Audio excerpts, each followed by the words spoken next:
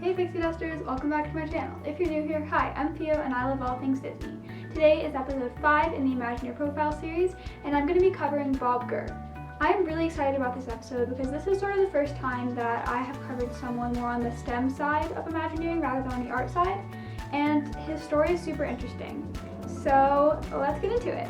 Bob Gurr was born on October 25th, 1931 in Los Angeles, California. Even as a really young kid, he loved everything and anything that moved, from the cars on the streets to the airplanes that he would sneak in through the fence of the Glendale airport to look at. Right out of college, Bob got a job working for Ford, but he soon went out on his own. And in 1954, 2 years after graduating from college with a degree in automobile design, Bob Gurr got a job working for WED Enterprises. Bob Gurr designed pretty much all of the most iconic ride vehicles in the Disney parks, and some people have even taken to calling the ride vehicles that he designed Gurr-mobiles, which I think is an awesome name that should definitely be more widely used. Anyway, his first project at Imagineering was to create and design the cars for Autopia.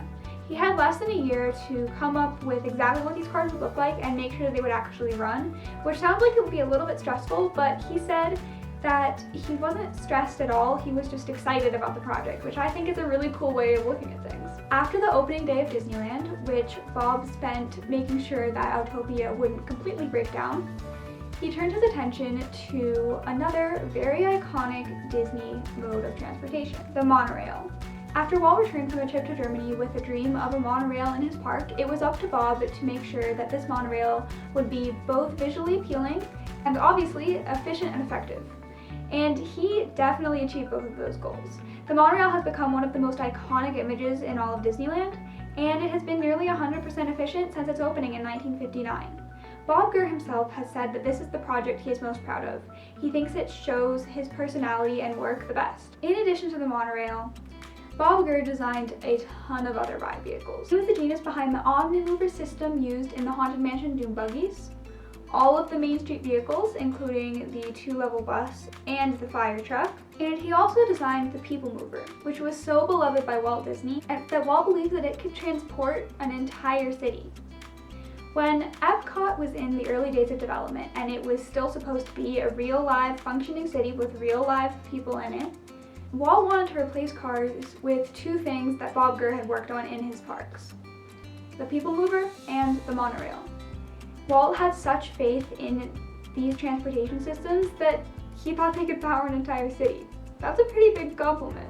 Something that I found funny is that even though he spent much of his career doing vehicle design for a theme park, Bob Gurr isn't actually the biggest fan of roller coasters. You would never guess that from the amazing design on the Matterhorn bobsleds. In addition to vehicles, Bob Gurr also worked on the first ever humanoid audio animatronic figure of Abraham Lincoln for Great Moments with Mr. Lincoln. He had extensive knowledge of engineering and science principles, and he proved very valuable to the early WED team, because a lot of the big names that people know about were artists and animators.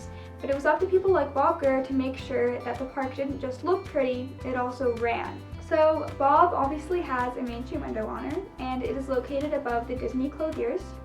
It reads, "Leading the rare to the future, Meteor Cycle Co. Our vehicles pass the test of time. Fast, faultless, and fabulous. Bob Gurr, Design Impresario." I think that sums up Bob Gurr perfectly. He made sure that everything worked. He had such an incredible attention to detail, and he created some of the most beloved parts of Disneyland. Disneyland would be absolutely unrecognizable without the iconic ride vehicles that Bob Gurr worked on. First on Pixie Dust today, I'm going to be talking about innovation and the Disney Company. If Walt Disney is known for two things, it's nostalgia and innovation. He used audio animatronic technology to essentially revive his childhood hero. He used incredibly advanced ride systems to carry people to worlds of fantasy. He was able to keep a perfect balance of staying true to himself, his values, and his childhood while still growing and branching out and trying new things. That's one of my favorite parts about Walt Disney, and I think it's the part that we can all learn from. So I want you to take a second to think of something old in your life that you maybe left behind that you wish you hadn't. It could be an old friend that you've lost contact with, or a hobby that you used to have. And then I want you to think of something new that you want to add to your life. Maybe it's a new habit you want to pick up, or maybe it's something you've always wanted to try. Whatever things you just thought of. I think that combining the past and the future makes for a better present. That's just something I've been thinking about recently. I really hope you enjoyed this video. If you did, please give it a big thumbs up and subscribe for more, and I will see you real soon.